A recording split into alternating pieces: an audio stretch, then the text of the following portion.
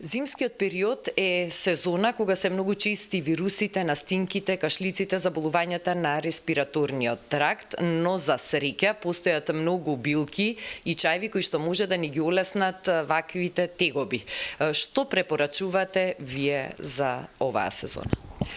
За ова сезона, кога вирусите, микробите баш онака добро напаѓаат, треба првен добар имунитет, кој што подразбира и подолготрајна употреба на чаеви, така да имунитетот не е нешто што можете да го направите за 3 дена или ќе купите некој супер силен препарат за имунитет. Тој сака подолго време да внимаваме на здравието. Чаевите се идеални за таква работа, како добра превентива, меѓутоа помагаат и кога се во прашање инфекциите, особено сега за овој период на вируси. Како најдобри антивирусни билки, ние во фитотерапијата ги препорачуваме жалфијата, црвеното и белото оригано.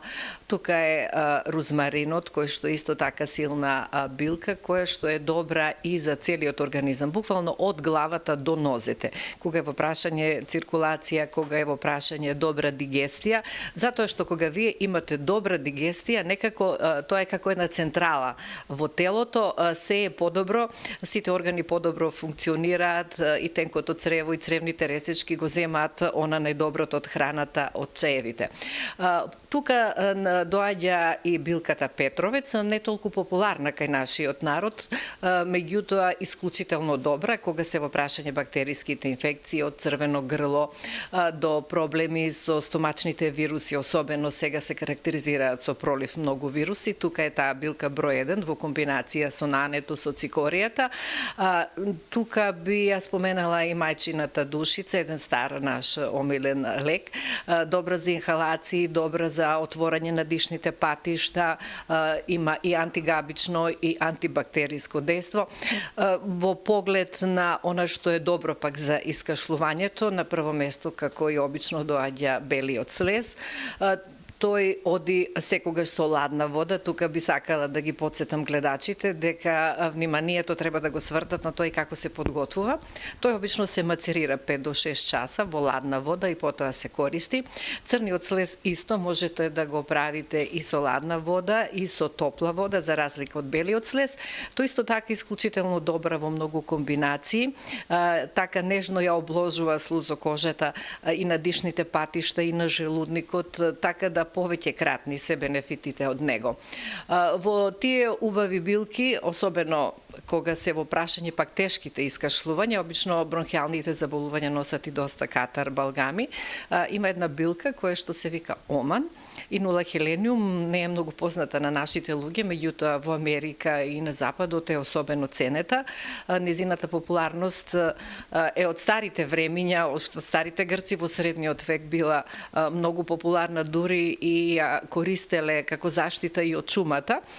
Дури ја пушеле со листовите од тутун за да направат заштита. Тој оман или инулахелениум е стар лек за туберкулоза на нашето поднебје и се повеќе се користи во последно време. Ковидот го исфрли на површина како многу популарна билка и исклучително добра превентива. Тој може, например, и од најопасните вируси да ги запре уште во тенкото црево, значи уште во стомакот, за да не се прошират во другите клетки, во килиите низ целото тело.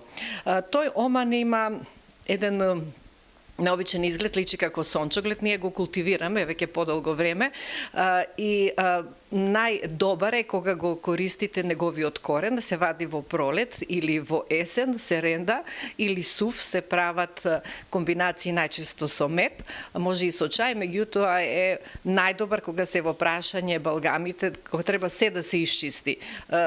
Така, еден наш пријател кога го зема таа комбинација мед и оман, велеше не само балгамите, дури и белите дробови ќе ги исфрлиш.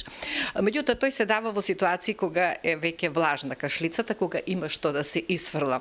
Тегавецот многу популарно растение кај нашите луѓе, дали го правите во свежа форма како сируп со мед, го мелете, дали го правите во форма на чај, исклучително добро делува исто кога е во прашање исфрлањето на тие шлајмови, а тука се разбира и старата добра јаглика, ја има и во многу препарати, може да се најде во форма на цвет и во форма на корен, па се прават сирупи, чаеви.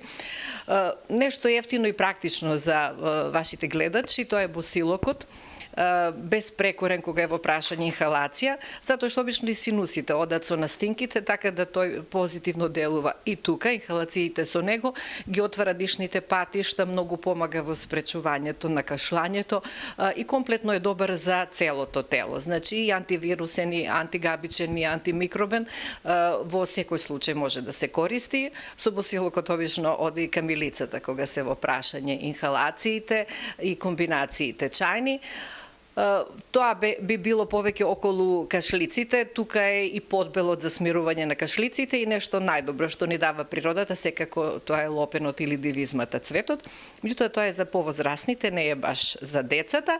Кога се во прашање децата, смирувањето на кашлиците и побрзото заздравување, тука билки кои што најмногу помагаат, секако се белиот бор, односно врвчињата од белиот бор.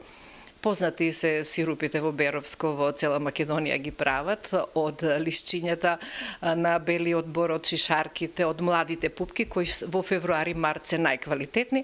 Тоа може да се направи и во домашни услови, има многу рецепти на интернет.